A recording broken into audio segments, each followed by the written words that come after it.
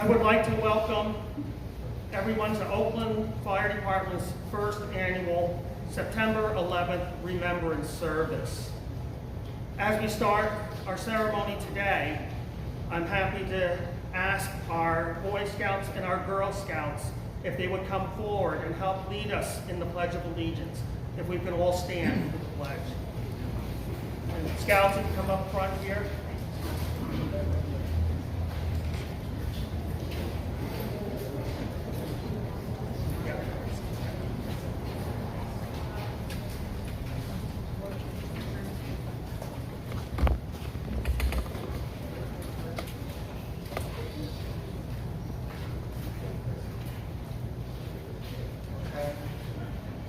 Ready? Okay, let's lead us in the Pledge of Allegiance. Pledge allegiance to the flag of the United States of America and to the republic for which it stands, one nation, under God, indivisible, with liberty and justice for all. Thank you, Scouts. Sit down. At this time, I would like to ask Caitlin Valari to come forward and sing the national anthem. Why don't we stand for the national anthem?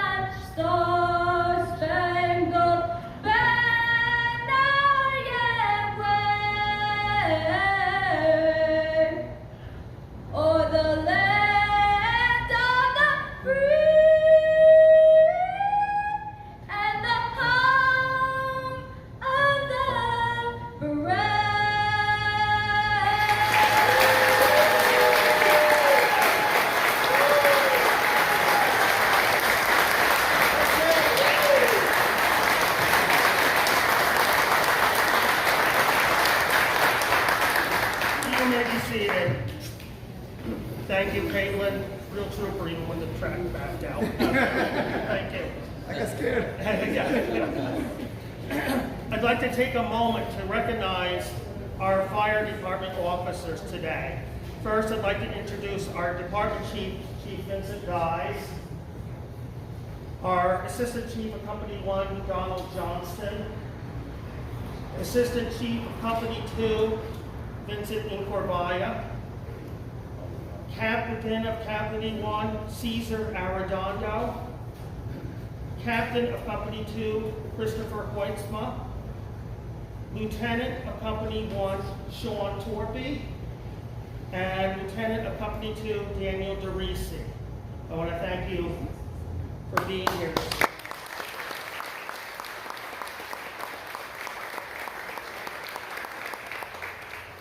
They certainly deserve that round of applause for all the work that they do on behalf of this fire department and this community. At this time, I'd like to introduce our council president, Steve Solani, if he would come forward and introduce the council people that are here today.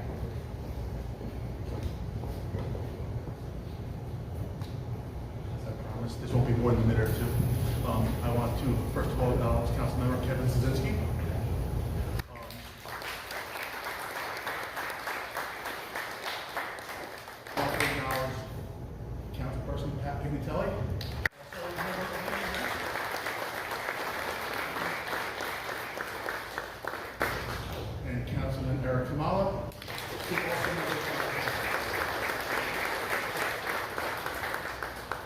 say one real quick word. It's great to see everyone here supporting the community and remembering what happened on 9/11. I have a senior in high school, a daughter who never understood what the firefighters, the policemen, first responders did to the community.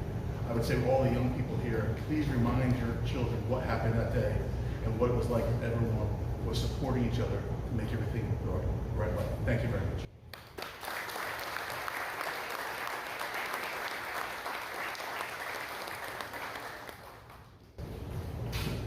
I am the Reverend Russ Stammer. I'm chaplain of the Oakland Fire Department. And on behalf of the department, I want to thank all of you for joining us this afternoon. At this time, I also would like to thank the Oakland Police Department for their attendance here today, and we thank them for their service to our community, and also the Oakland First Aid Squad. And I want to recognize Matthew Goodrich, Deputy Chief, and Michelle Patrikiewicz, our Secretary.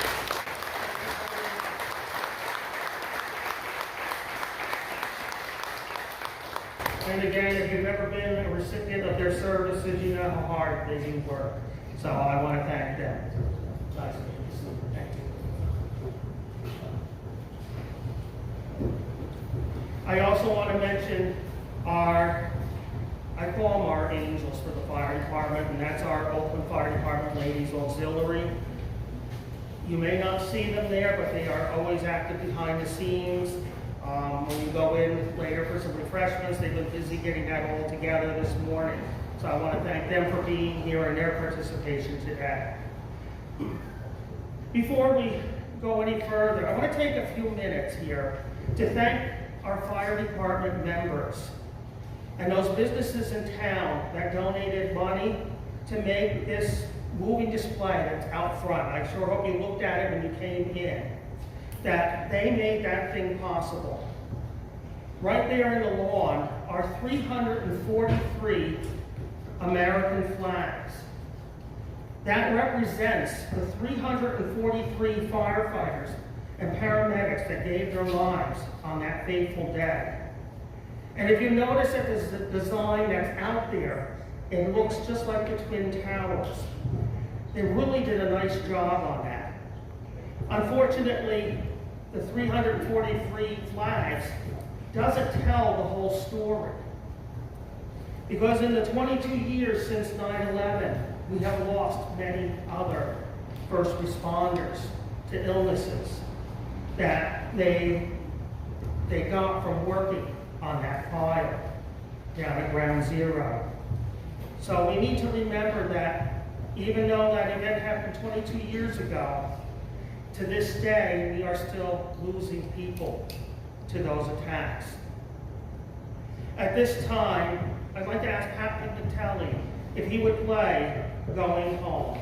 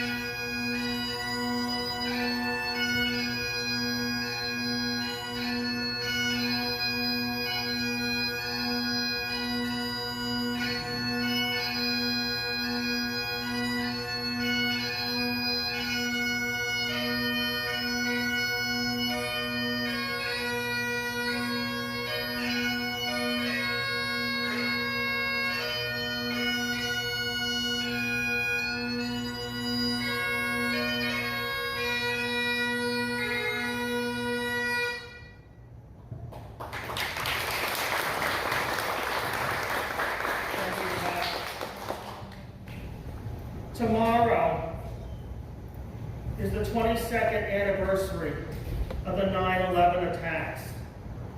And as in years past, families of those who were senselessly killed on that terrible day will gather at the 9/11 Memorial in New York City in commemoration of their loved ones.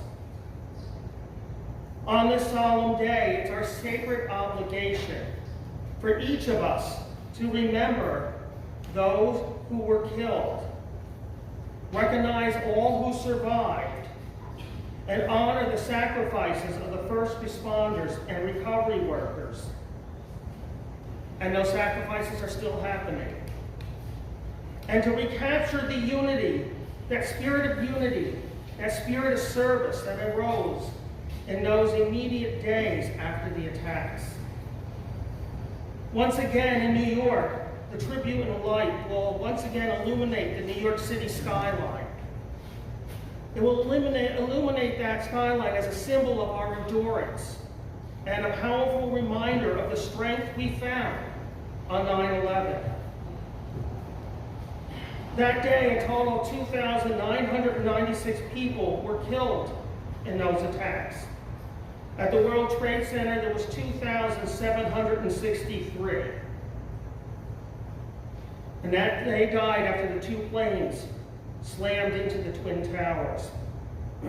That figure includes the 343 firefighters and paramedics, 23 New York City police officers, 37 Port Authority police officers who were struggling to complete an evacuation of the buildings and to save as many office workers that were trapped on those higher floors.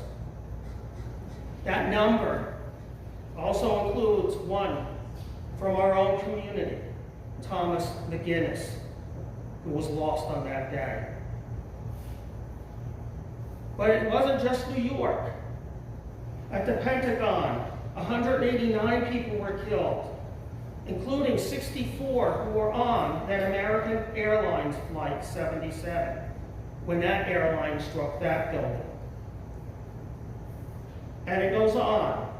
Flight 93, 44 people died when that plane crash landed in Pennsylvania in an attempt to stop another attack in Washington. Since 2001, many more people have died of 9/11 related illnesses than have died on that fateful day. Like I said, this is still happening even today. I want to share a little bit from my own reflections. Now, while I was not there the day of 9/11, I was asked to go there about a month later. There was a memorial service for the victims' families. It was being held in Liberty State Park. Myself and another chaplain were teamed up together, and there was about 8 sets of chaplains in this room. All afternoon, on that Sunday afternoon, we had 2 minutes to visit with victims' families. They were escorted in by state troopers. They were brought into one of the cubicles. We were presenting urns of soil to these victims' families, many of whom would never have anything to bury. This was an effort to give them closure. It was an effort to help them in the healing process. Now, I can tell you that was a very emotionally draining day. One of my weaknesses is children, seeing little kids. I am thankful I did not get any little kids in my cubicle that day. But I did hear them in the cubicles next to me, where they came in and they said, "Is that mommy in there? Is that daddy in there?" What do you say to somebody who's lost a loved one and you have 2 minutes to give them comfort? Well, we made it through that afternoon. We finished up, and as we were getting ready to head home, a Port Authority police officer comes to us and says, "We need you down at Ground Zero. We'll give you a police escort in, and we want you to engage the rescue workers." I was in my dress blue uniform, not something you want to be crawling around Ground Zero in. But we went. We spent the entire night at Ground Zero. I tell you, to this day, I will never forget the sights, the sounds, the smells of what we experienced at Ground Zero. I can remember walking around, and when you're a firefighter and you're in a building that is burning and things are coming down, you look and you know what that was or what that was. But yeah, we walked around Ground Zero and there was nothing recognizable. There was dust everywhere. You know, there were office buildings. You'd expect to see phones or parts of it. There was nothing. There were times that they would pull out turnout gear from a firefighter, and there was nothing inside. I will never forget those sights or those sounds.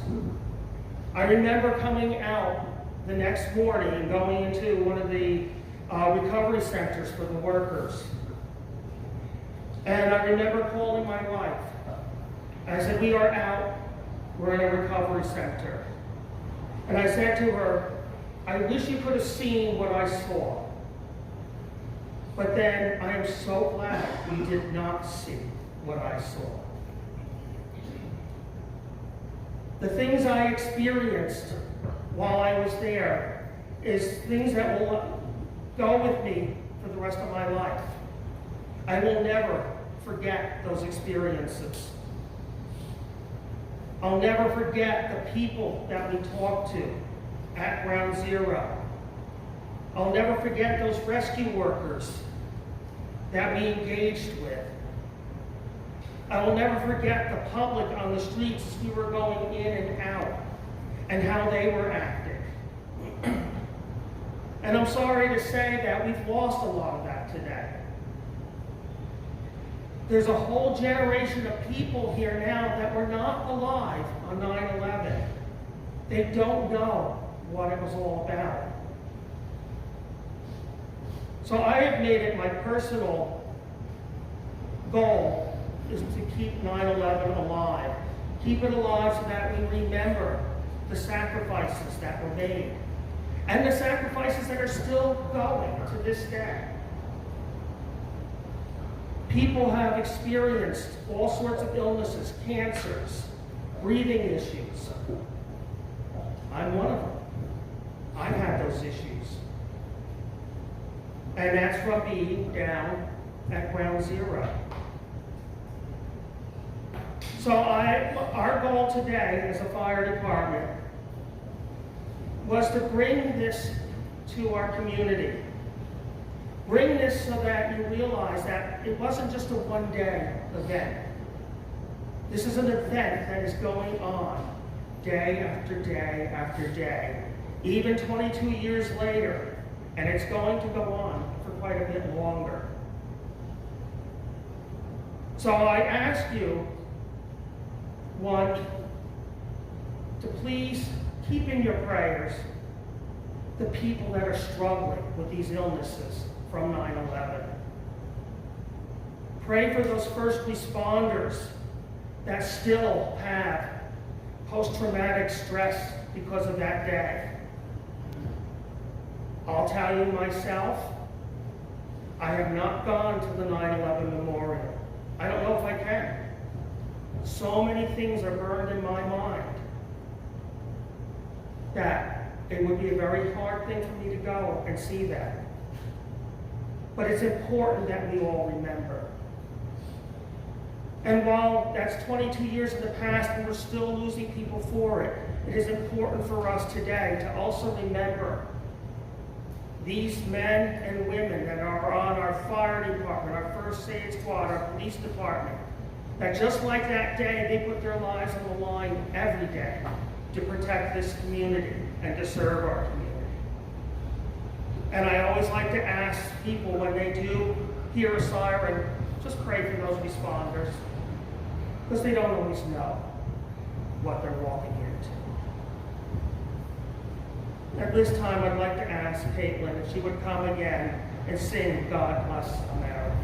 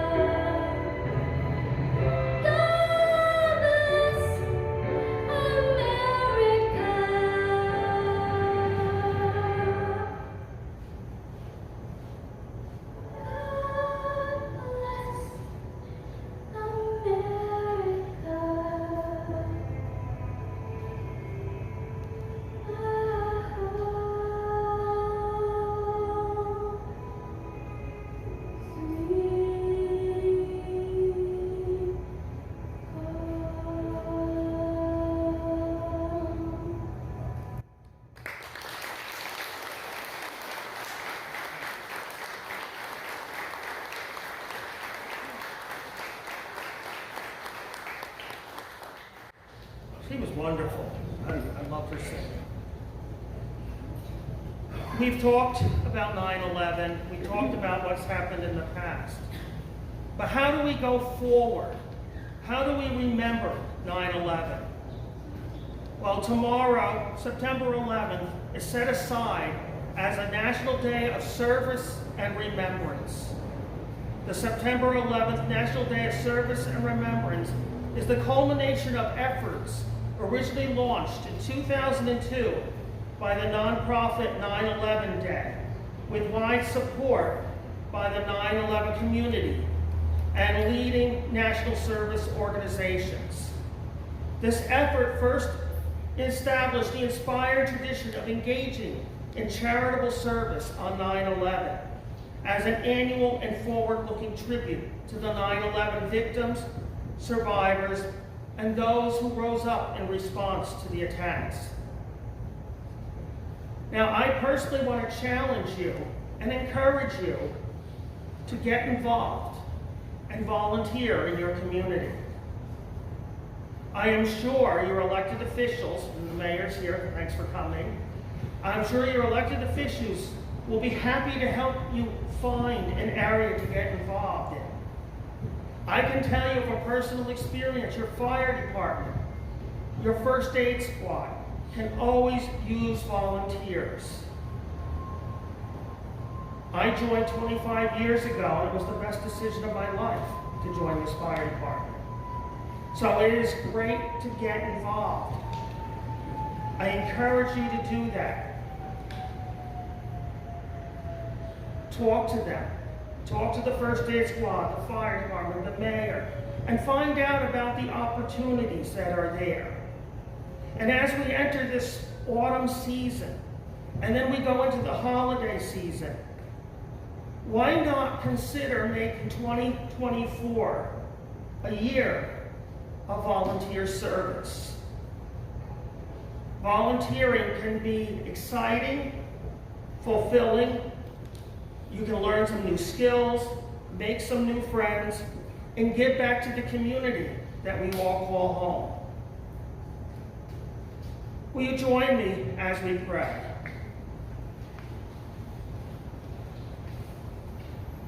Good and gracious God, today we come before you with heavy hearts as we remember the events of 9/11.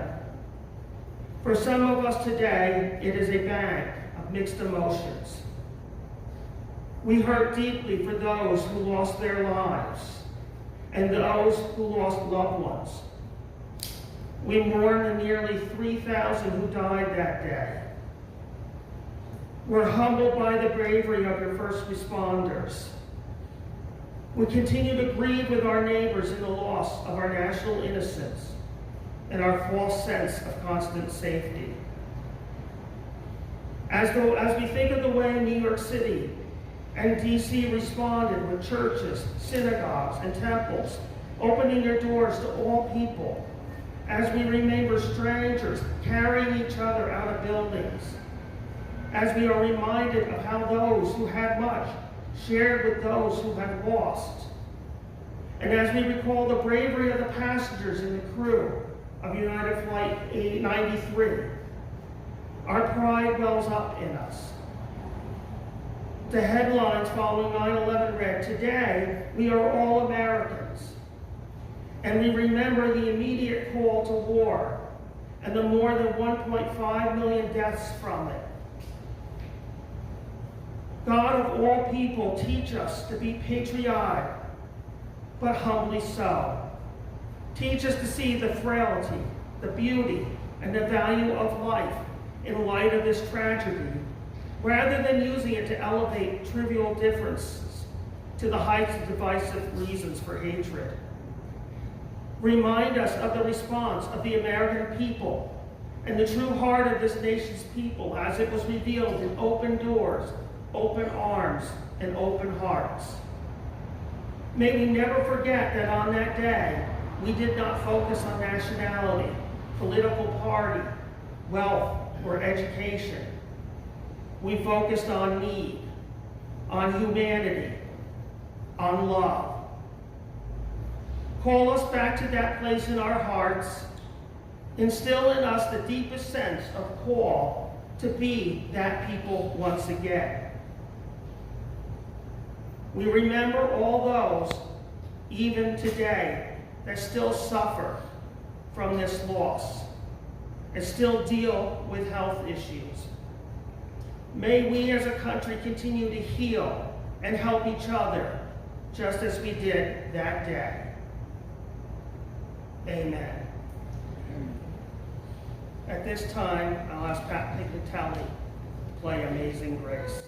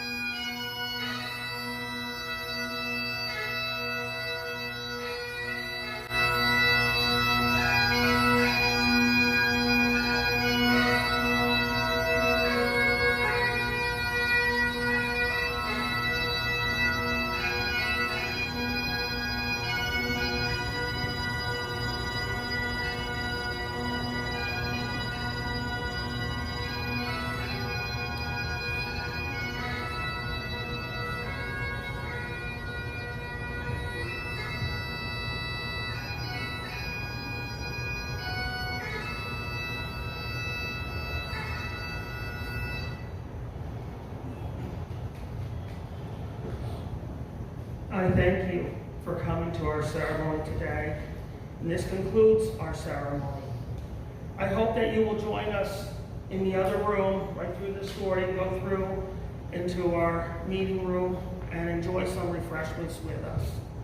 And while you're at it, take a moment and thank the police officers, the first aid squad members, the fire department people that are here, for the work that they continue to do day to day for our communities. Thank you for coming.